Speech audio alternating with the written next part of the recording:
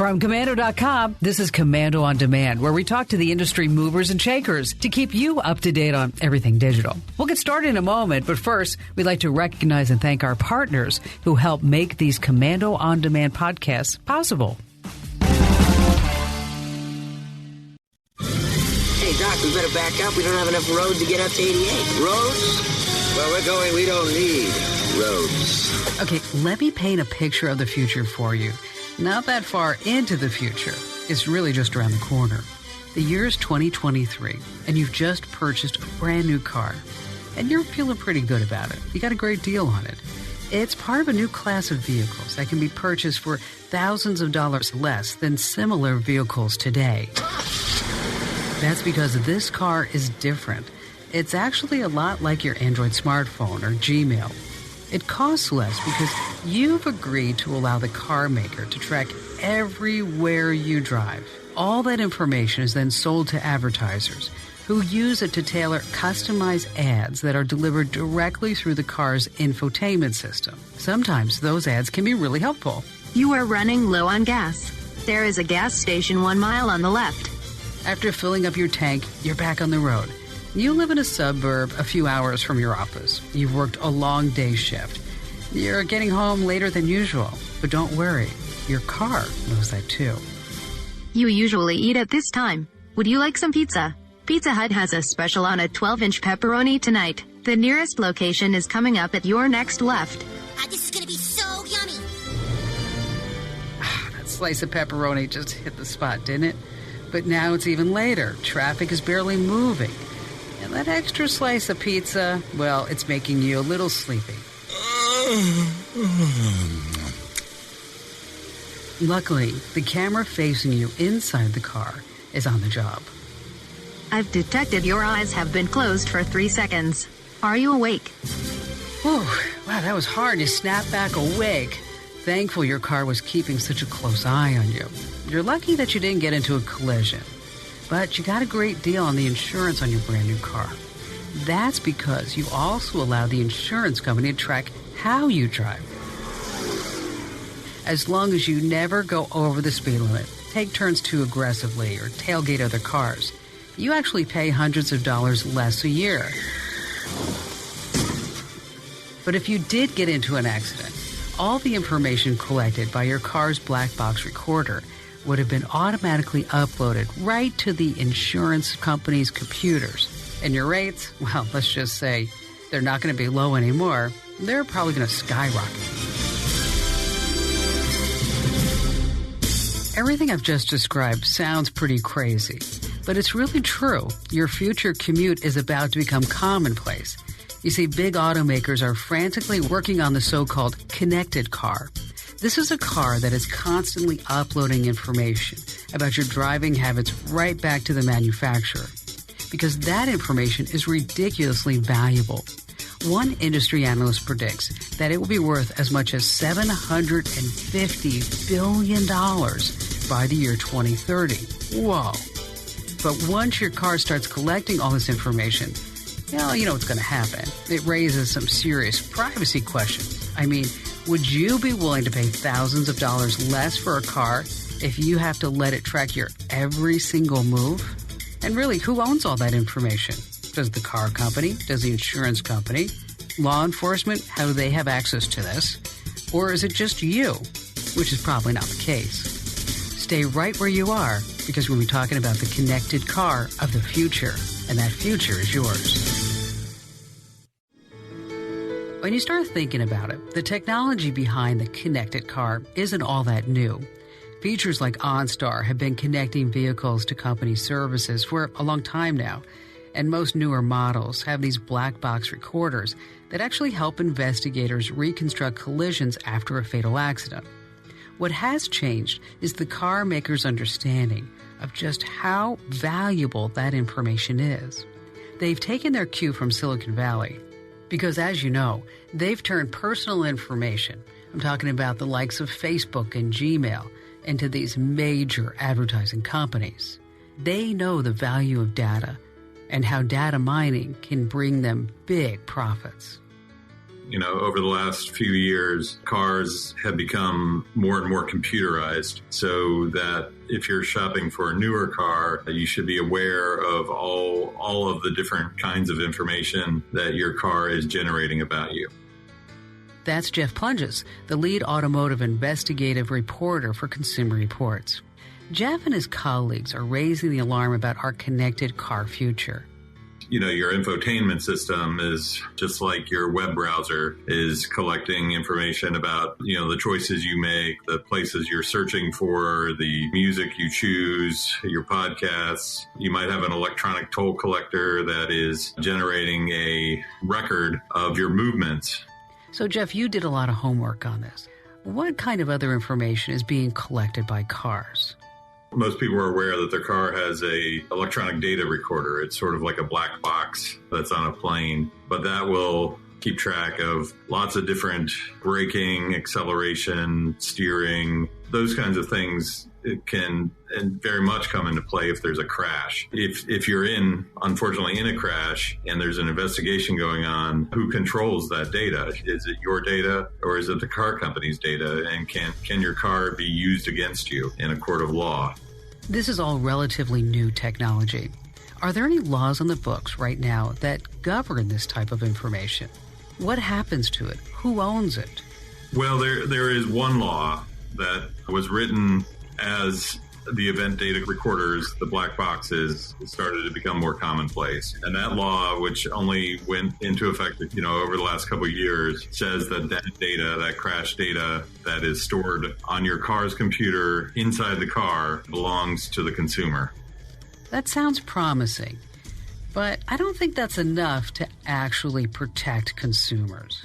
The important thing to keep in mind is that this whole digital ecosystem in the car is relatively new. So we're right at the beginning of this car data revolution, and car companies at the moment aren't making a lot of money off this data, but they're looking at the tech industry and trying to figure out how to make money. But really, how much money are we talking about? Some analysts project over the next 10 or 12 years that this could become a $450 billion to $750 billion industry. So there is going to be a lot of pressure to find partners. And at each step of that process, we think it's really vital that consumers be made aware of what's happening. Now, of course, the insurance industry is very interested in the connected car. How would the information a car collects be used by those companies? Of course, we all have to assume that it's going to either raise or lower our rates. So a few insurance companies are already out there offering discounts if you put a device in your car that connects to your car's computer and it transmits a stream of your driving data back to the insurance company. Okay, that's an interesting point. What happens to that information then? The insurance industry is really salivating over this opportunity right now because obviously they make money from pricing risk. And everyone knows that if you get a lot of tickets or you're in several crashes, your rates are likely to go up. But the picture they have of individuals is rather blunt right now. But if they have access to the way people are actually using their brakes and driving aggressively, accelerating, then they can create much more refined models. So you might be sitting there thinking to yourself right now, heck, I'm a great driver. I never get into accidents. I never get a ticket. I am the bomb. I should be in NASCAR, as a matter of fact. So the idea of an insurance company tracking you is actually appealing to you because you will save money. Well, not so fast, bucko. Want to stay right where you are. There's some big ramifications with that decision. We're going to explain exactly what they are. I know what a lot of our listeners are thinking right now, Jeff. Okay, I'm a pretty good driver. If I could get a better deal on insurance by having them track me, I'd be willing to consider that.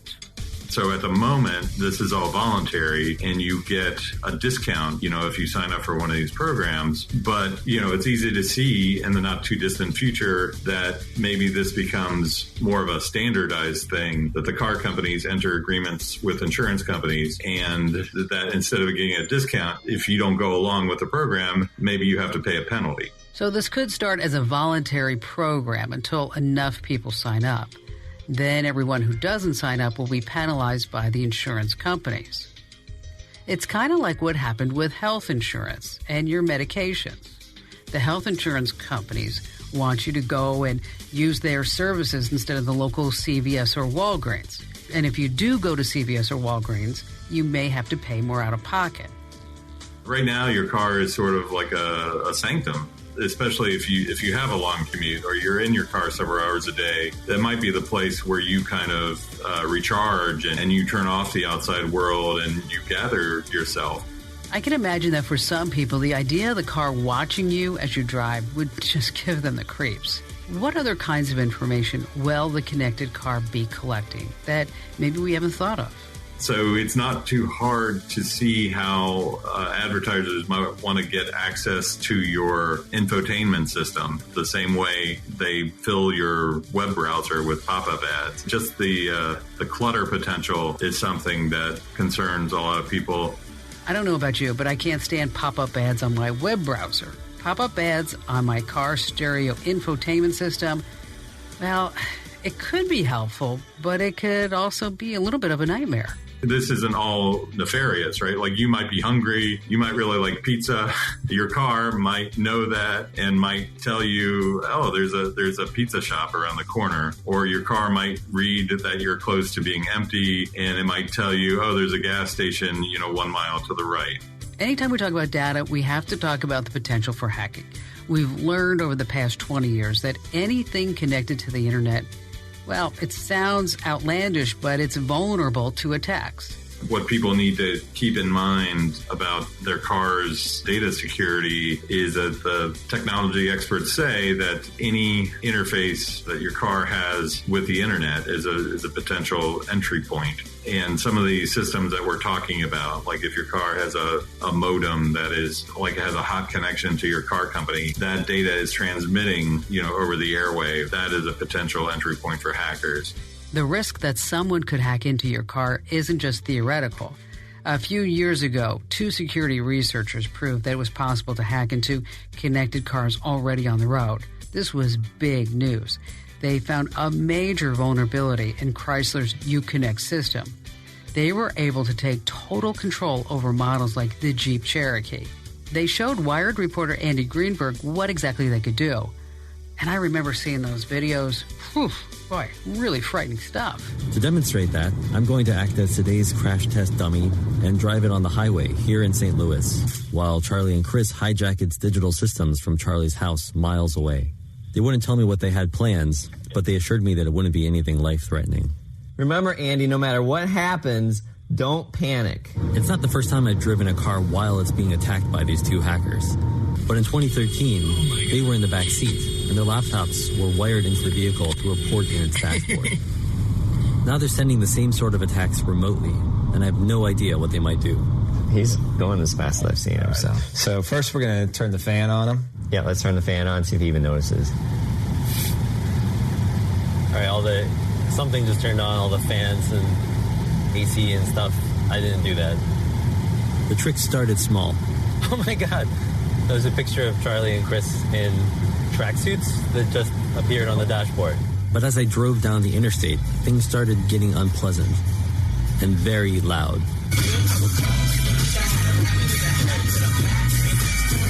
Perfect. I can't turn it down. This is such a fun video. Steve Oka goes enjoyed it. And now the air conditioning is blasting, the music is blasting, and I can't see anything because of the windshield wiper fluid. Okay, do it. Do it. Kill the engine. So we're killing the engine right now. It says park actually can't accelerate. I stomped on the gas, but the Jeep slowed to a crawl. It says 43 miles an hour, but I'm not going that fast. I turned on my hazard lights, but I was still stuck in the right lane with no shoulder to escape onto. Guys, I'm stuck on the highway. Oh, I think he's panicking. He's not going to be able to hear us with that radio. It's so loud. Guys, I need the accelerator to work again. The accelerator won't work. It won't work. You're doomed. Seriously, it's dangerous. I need to move.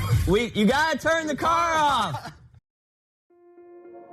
This episode is brought to you by Kia's first 3-row, all-electric SUV, the Kia EV9. With available all-wheel drive and seating for up to 7 adults. With 0 to 60 speed that thrills you 1 minute and available lounge seats that unwind you the next. Visit kia.com/EV9 to learn more. Ask your Kia dealer for availability. No system, no matter how advanced, can compensate for all driver error and or driving conditions. Always drive safely. Okay. Now you should be good to go. Semi drove by. All right, I'm going to pull over because I have PTSD. So a connected car is a hackable car, and that has got me very concerned. If big tech firms like Intel and Yahoo are vulnerable to hackers, then how good are the Detroit automakers going to be at internet and web security? How are they going to lock these things down? There have definitely been some vulnerabilities pointed out. The auto companies are fixing them as they're finding out about them. They have taken some aggressive steps to get on top of that security issue with something called the Auto ISAC. The companies have this group that exists to share information about threats that are emerging and close down those vulnerable points. This will be an issue of more and more concern as cars get more computerized and more connected. Like it or not, it's coming. There's just too much money to be made for the automakers to stop now. When services like webmail and social media became commonplace, I don't think a lot of people understood the privacy risks and what was going to really happen to their data, the stuff that they exposed voluntarily. When the smartphone was first invented, we certainly didn't understand how much of their information was being gobbled up by the apps that they were using. Now, this is not the case, though, with a connected car. We've been through this before with your internet browser and your smartphone. The horse is kind of out of the barn. It is not that way yet with your car data. Data protection has come a long way in just the last few years. Breaches of private information like the Ashley Madison hack or the controversy around Facebook in the 2016 election, they've actually made people much more cautious about technology and the things that they give up when they're using it. Then in Europe, they have some tough new regulations that would fine companies billions of dollars for exposing customer data.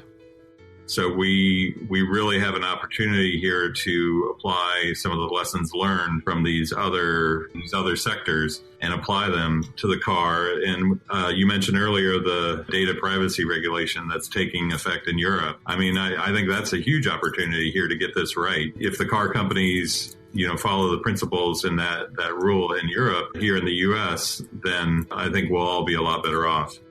We've learned a lot about the risks of sharing our personal data with big companies.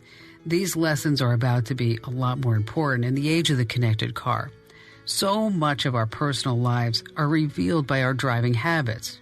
Where you shop, where you work, how you get there, how fast, when you leave, the route that you take. That information is a potential goldmine for advertisers. So would you be willing to trade that information for a better deal on a car or maybe your car insurance? I know some of you will. Some of you, definitely not. The key is education. After all, knowledge is power. And if you're in the market for a new car, ask about its connected features. If you can't get a straight answer about what happens to your personal information, move on. We all need to demand better security and more transparency. Special thank you goes out to Dave Plunges from Consumer Reports for joining me on this Commando On Demand podcast. I'm America's Digital Pro, Kim Commando. Now, I hope you got as much as podcasts as we did here in the studios, putting it all together. That's one of the perks of working here, that we get paid to learn, and then we share that knowledge with you. Okay, your part is to pay it forward. It's free, so why not share this podcast, like it? And listen, if you have a topic that you'd love for us to explore and investigate, just let us know. And heck, if you have a question about something digital I can help you with, Call 602-212-0058. Leave me your question and your contact information. That number again, 602-212-0058. I'll talk to you then.